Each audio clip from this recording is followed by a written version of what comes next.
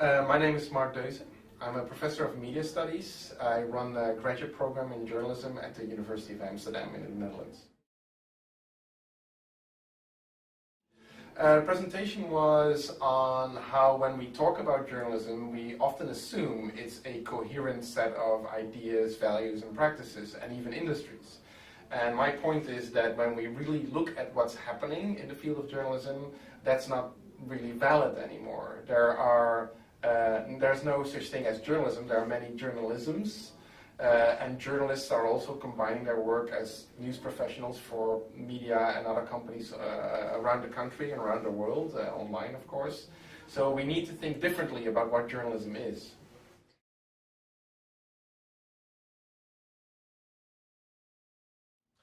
Well, this is a system that is different from country to country, right? I mean, in some countries like the UK or the US, accreditation is incredibly important. It confers status, comes with all kinds of benefits. Whereas, for example, in my country, we do not have any accreditation, at least not to the outside world.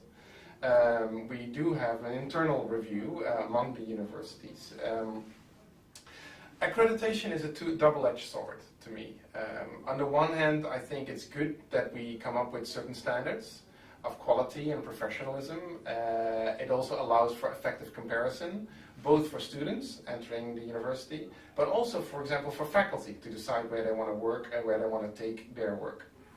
The downside of accreditation is that it assumes the very thing that my talk was critical of, namely that there's some kind of stable, coherent set of ideas, practices, and ways of thinking and doing journalism that we can sort of benchmark and define, that is immutable, and that we can all be then tested against.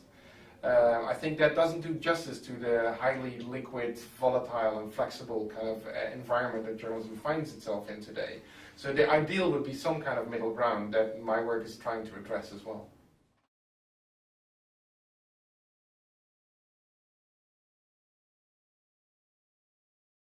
It's good. I mean, the interesting thing is if you go to conferences by or among journalism educators, and I've had the privilege to be in conferences like that in various places around the world, is the debates are largely similar. You know, where does journalism fit in the academy? What exactly do we teach our students? Do we effectively prepare them for the job, if there is a job, upon graduation? And of course, the fundamental question, what is journalism actually? Because the moment you start thinking about that, then you can start thinking about, does it belong to social sciences, humanities? Should it be on its own? Should it be integrated? If it's integrated, integrated with what exactly? With languages and history and philosophy, or with computing and data and informatics? Or with art, for example? So it's a fascinating discussion that is both an old one. I mean, should journalism be in the academy at all? That's how the original discussion of journalism education started. In the early 1900s. And it's a new one, is that, well, given the changes and the reality, the lived reality of journalists today, how are we preparing them for a job? Well, all we talk about is a specific way, one way of doing journalism, which is practiced today by only a handful of people in only a few kinds of jobs. So, so in that sense, these debates, it underscores not that, well, we've had this debate before, let's talk about something else. Exactly the opposite. That debate need to be kept fresh, and new voices need to be inserted.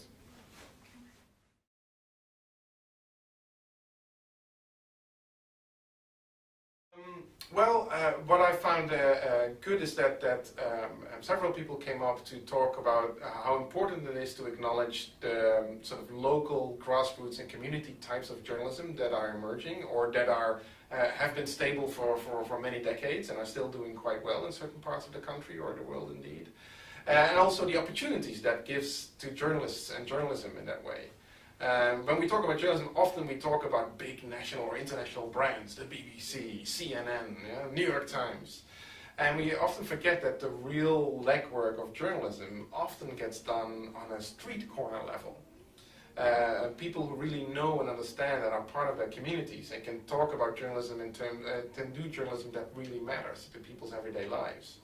And so I really appreciated that people who came up to me were talking about those kind of issues. They said, well, is that trend part of this disruption that you're talking about, or can we look at that as a way of bringing back the discussion about journalism in the curriculum?